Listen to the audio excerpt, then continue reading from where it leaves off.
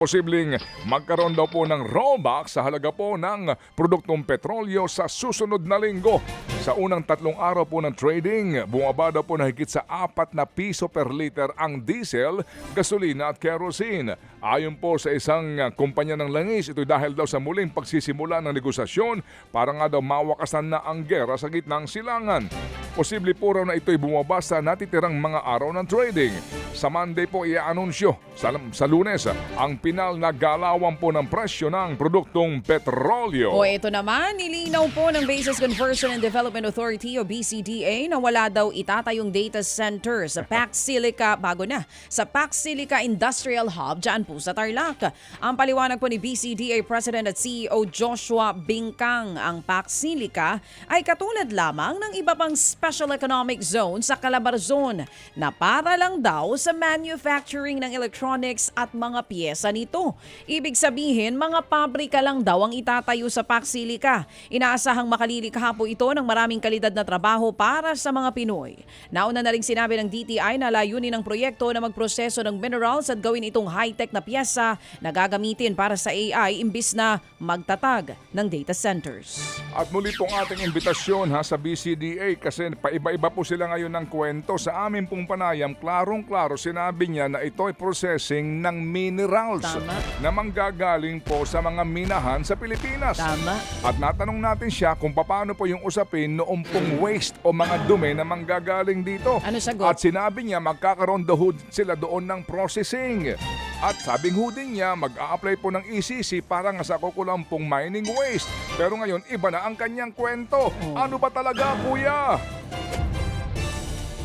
Wala na daw data center. Di ba in-explain niya rin sa atin kung paano sila kukuha ng energy at water? Samantala mga kapatid, hindi po naman daw kinonsulta ang lokal na pamahalaan ng Kapas Tarlac.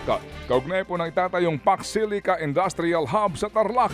Ayon niya mismo kay Kapas Mayor Roselier Rodriguez. Sa programang ito, kinilala po ni Rodriguez ang autonomy ng mga proyektong itinatayo sa loob ng economic zone, gaya po ng New Clark City.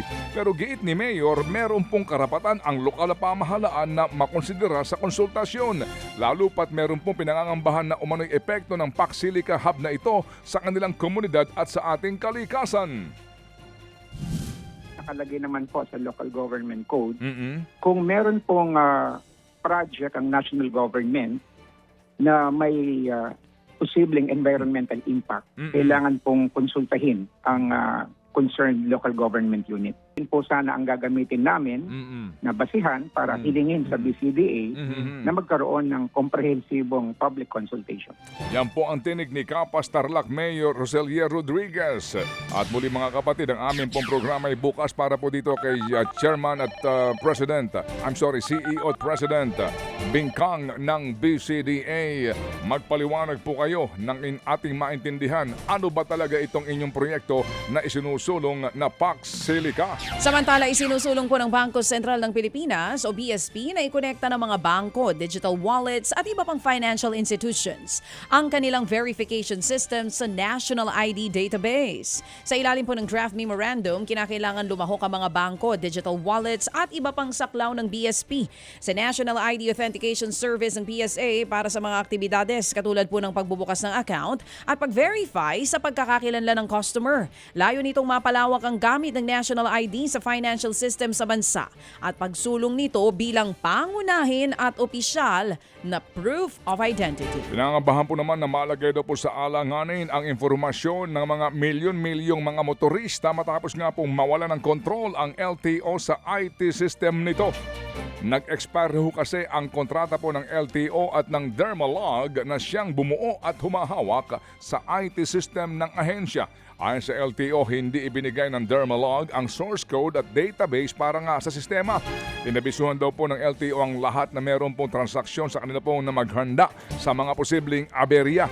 Paliwanag po naman ng Dermalog, hindi nito binigay ang source code dahil sa bilyong pisong utang pa daw po ng LTO, bagay na pinabubulaanan po naman ng ahensya.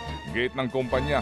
Sinusunod lamang nito ang mga kondisyong inilatag sa kontrata at kasalukuyan pong nasa korte ang usapin. Mga kapatid, patuloy po kayong tumutok sa 105.9 True FM para sa totoong balita, impormasyon, music and entertainment. Mag-subscribe sa aming YouTube channel at podcast at sundan nyo kami sa Facebook, Instagram, X at TikTok sa True Network PH. Bisitahin din po ang aming official website, truefm.ph. At panoorin din kami sa True TV Signal, Channel 19. Kami po ang 105.9 True FM. Laging true sa'yo, kapatid.